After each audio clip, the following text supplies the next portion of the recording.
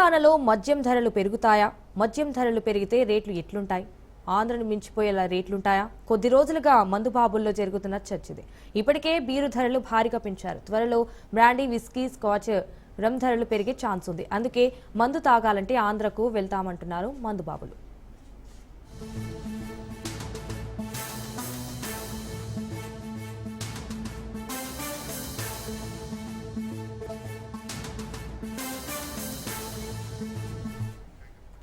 త్వరలోనే తెలంగాణ ప్రభుత్వం మందుబాబులకు big shock ఇవ్వనుంది. Liquor రేట్లను అమాంత పెంచబోతున్నట్లు తెలుస్తోంది. రాష్ట్రంలో మద్యం ధరలు పెరగనున్న సూచనలు స్పష్టంగా కనిపిస్తున్నాయి.